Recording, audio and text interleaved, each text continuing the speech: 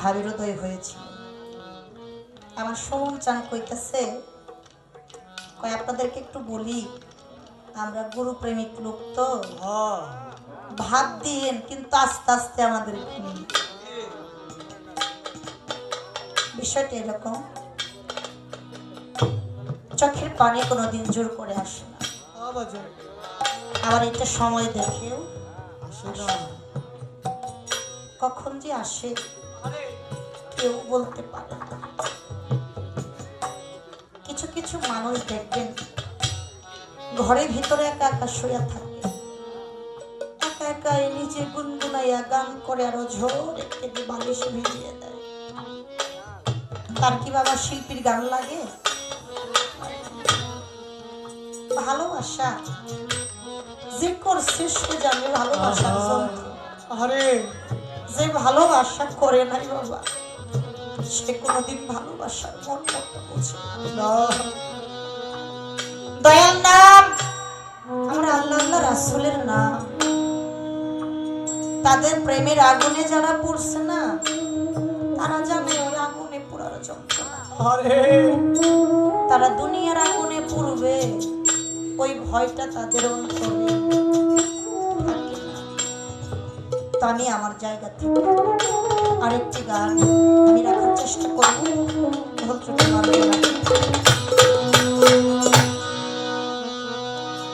যারে প্রেমেতে মজনু রূপে নিজেই রাব্বানা,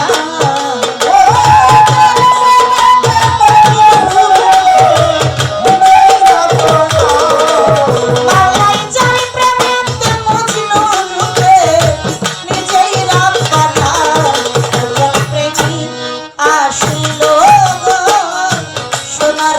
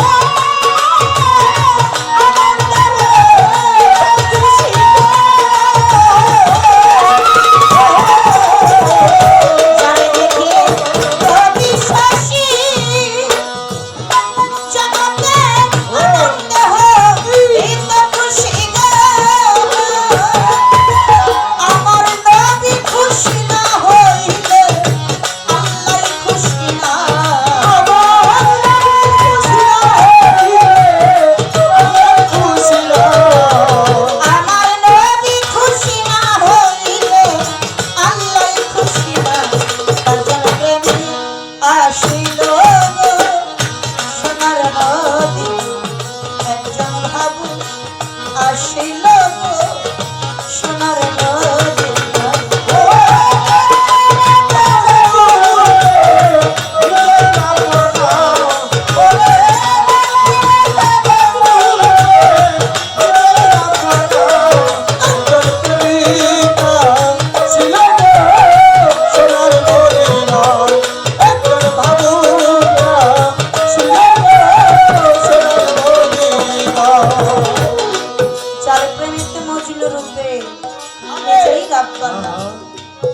একজন প্রেমিক আসিল গো সোনার মদিনা। এই গানটা নেত্রকোনা ময়মনসিংহের বাউল সালাম সরকারের লেখা গান। উনি গানটার ভিতরে বললেন, আমার নবী বিশ্বের নবী আকলাম ডাক্তার একটা বনের পশু নবী চিনল, আর আমরা মানুষ হইয়া নবীরে চিনলাম। ওনার আরেকটা গানের বাণী আছে, আমি মানুষ কুলে লইয়ারে জন্ম করিতে পারলাম না যে মানুষের কর্ম। ভাবুক কবি বিজয় সরকারের একটা গানের বাণী, আমায় মানব কুলে জন্ম কেন বাড়ি ভাবে পাঠালো, জন্মটা তো আমার গেল। লালন সাইজির একটা গানের বাণী, নহিলে মোর দশা কি এমন হয়, দয়ার নবী আমি ওই চরণে তোমার দাসের যোগ্য। আজকে যদি আমি একটু চিনতাম, বুঝতাম আমার দয়ার নবীকে, যদি একটু মহাব্বত করতাম, তাহলে আমার দশাটা এরকম হইত। ইব্রাহিম বাজান, জমির উদ্দিন বাজান, জন্মটা তো মানুষ কুলে পেয়েছি, কিন্তু মানুষের কর্ম করতে পারলাম। মানুষ কুলে লইয়া জন্ম আমি আমার আল্লাহরে চিনলাম না, নবীকে চিনলাম না, মা বাবার খেদমত করলাম না, নবীর প্রেমে মজলাম না, নবীকে ভালোবাসলাম না। কি হলো এই মানুষ কুলে জন্ম? ভালোবাসা কথাটা বলা সহজ বাবা, করা কঠিন একটা ব্যাপার। আমার নবীর একজন আশিক ছিল, পাগল প্রেমিক ছিল, যার নাম আপনারা শুনেছেন, যার নাম হলো ওয়াজকরণী পাগল। এই ওয়াজকরণী পাগল যখন শুনেছি আমার নবীর দন্তন শহীদ হয়েছে, একটা পাথর নিয়ে প্রথমে একটা দন্তন শহীদ করছে। শহীদ করার পরে চিন্তা করে, আমার হুজুরের যদি অন্য দন্তন শহীদ হয়, এই কথা চিন্তা কইরা তার মুখের একটা দন্তন রাখে নাই, নবীকে ভালোবাসা তার মুখের সমস্ত দন্তন। এই জন্য আমার নবী প্রত্যেক দিন পূর্ব দিক ঘুরে গায়ের জামার বোতামটা খুইলা দুইটা চোখের পানি সাইরা দিয়া কাঁদত। আয়েশা সিদ্দিকা একদিন বলেছিল, হুজুর লক্ষ্য করে দেখেছি প্রতিদিন আপনি পূর্ব দিক ঘুরে গায়ের জামার বোতামটা খুলে আপনি কাঁদেন। ও হুজুর, আপনি এদিক কেন ঘুরে থাকেন, কিসের কাঁদেন? আমার হুজুর বলেছিল, আয়েশা এইদিকে যে আমার একটা পাগল আছে, এইদিকে আমার একটা পাগল থাকে, যার নাম হইল ওয়াজকরণী পাগল। আমি যখন গায়ের জামার বোতামটা খুলে দাঁড়িয়ে থাকি, আমার মনে হয় ওই দিক থেকে আমার ওই পাগলের গায়ের বাতাসটা আমার গায়ের মধ্যে লাগে। যখনই লাগে তখনই আমার পাগলের গায়ের বাতাস পাইয়া আমার তাপিত প্রাণটা শীতল। ভালোবাসা ভালোবাসা করলে তো এরকমই করতে হয়। আমার দয়ার নবী একদিন একটা জঙ্গলার ধার দিয়ে হাঁটতে হাঁটতে জঙ্গলার ভিতরে চলে যাচ্ছে। ওই জঙ্গলার ভিতরে একটা মা হরিণ, যার নাকি 3টা বাচ্চা ছিল, ওই মা হরিণটারে একটা শিকারী শিকার কইরা একটা গাছের সাথে বেঁধে রাখছে। যে মা হয় সে তো জানে মায়ের যন্ত্রণা, যে জগতে মা হয় না সে সন্তানের ব্যথা বোঝে। মাই জানে একজন সন্তানের ব্যথা। মা তো ওই মা কথা তো বলতে পারে না, ওর তো পশু কোনো জন্ম। যখন আমার হুজুর পাক চলে গেছে, আমার হুজুর রেতেই খা হরিণী আল্লাহর দরবারে ফরিয়াদ করতেছে, মাওলা আমি কোনোদিন তো কোনো কিছু চাই নাই তোর দরবারে, আজকে আমার একটু মিনতি, যদি আমার মুখের জবানটা একটা বারের জন্য হইলেও খুইলা দিত, আমি তোর দোস্তের সাথে আমার মনের দুইটা কথা বলতাম। আমি বলতাম আমার গৃহে ছোট ছোট বাচ্চা আছে, আমার নবী যদি বলে আমার সাইরা দিলে আমি আমার বাচ্চার সাথে দেখা করব। আমার দয়ার নবী পশু পাখির মনের কথা বুঝতে পারতো। আমার নবী কথাটা বুঝে ফেলে শিকারীকে বলতেছো, ভাই শিকারী আমি তোমারে বলি হরিণীটাকে তুমি সাইরা দাও, সাইরা দিয়ে দেখো হরিণীটা আবার পুনরায় ফেরত দেয়। শিকারী কয় কি বলেন আপনি, ও তো পশু, আর জনমটা পশু বলে, কত মানুষের মন বুঝে না, মানুষের মতো কথা বলতে পারে না, আরে ওরে ছাড়লে ও আর ফিরে আসবে না, ওরে আমি ছাড়তে পারবো না। আমার নবী কয় ভাই সাইরা দাও। শিকারী কয় ছাড়তে পারি, যতক্ষণ পর্যন্ত হরিণী ফিরে না আসবে ততক্ষণ পর্যন্ত যদি আপনি আমার কাছে জিম্মা থাকেন। আমার নবী কয় তাতে আমি রাজি। হরিণীটাকে ছেড়ে দিছে, চলে যায়। সামনের দিকে তাকাই একবার, পিছন দিকে আমার নবীর দিকে তাকাই দুইবার।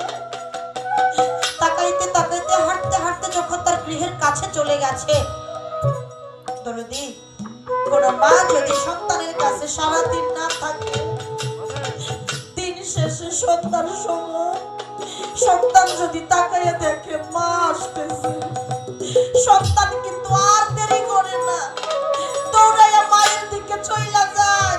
আর মা দুঃখিনীও চিন্তা করে না আমার সন্তানের গায়ে ধুলা আছে না বালি আছে, দৌড়াইয়া মায়াকে সন্তানের কোলে তুইলা নেয়। ওই রকম হরিণীর তিনটা বাচ্চা যখন দৌড় দিয়া মায়ের কাছে গেছে, মা হরিণী কয় আমার বাচ্চারা এই তো তোমাদের সাথে আমার শেষ দেখা, আর কোনদিন তোমাদের সাথে দেখা হবে না। কোন মা বাবা যদি সন্তানের কাছে এই কথা কয়, সন্তান কয় কেন মা, কেন দেখা হবে না? মা হরিণী কয় বাচ্চারা আজকে একটা শিকারী আমারে শিকার কইরা গাছের সাথে বেঁধে রাখছিল, আমি সেইখান থেকে চলে আসছি, আমার বদলে আমার দয়ার নবীরে রাইখে আসছি। আমি যতক্ষণ পর্যন্ত না যাব আমার নবীকে ছাড়বে না, আর আমার নবীর গায়ে যদি আঘাত করে আমি যে সহ্য করতে পারবো না। ছোট ছোট বাচ্চারা কই ও মা সারাদিন ছিল না, ক্ষুধা লাগছিল, এটা সত্য, কিন্তু এখন আর ক্ষুধা নাই মা। কই কেন? কই যখনই ওই মধুমাখা মুহাম্মদের নামটা আমাদের কর্ণে দিলা, ওই মধুমাখা মুহাম্মদের নামটা শোনার সঙ্গে সঙ্গে আমাদের সমস্ত ক্ষুধা তৃষ্ণা মিটে গেছে। মা গো ওই মধুমাখা মুহাম্মদের নামের চাইতে সুস্বাদু খাবার আর পৃথিবীতে হয় না। তুমি একা যাইবা না, আমরাও তোমার সাথে যাব। শিকারী কয় আপনারা বলেছিলেন হরিণী ফিরে আসবে, এখনো তো আসলো না। আমার দয়াল নবী কয় ভাই একটু সামনের দিকে তাকাইয়া দেখো। সামনের দিকে শিকারী তাকাইছে, তাকাইয়া দেখে গিয়েছিল একটা হরিণ, আসতেছে চারটা হরিণ।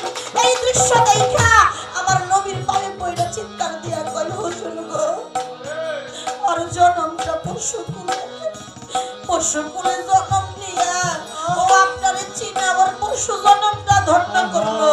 ও হুজুর আমার মানব জন্মের কি হইল? আমার মানব জন্মটা তো বৃথা চলে গেল, আমার মানুষ কোলে জন্ম নিয়ে তো কোনো লাভ হলো না। তাই তো একটা বনের পশু নবী ছিল আমরা চিনলাম না।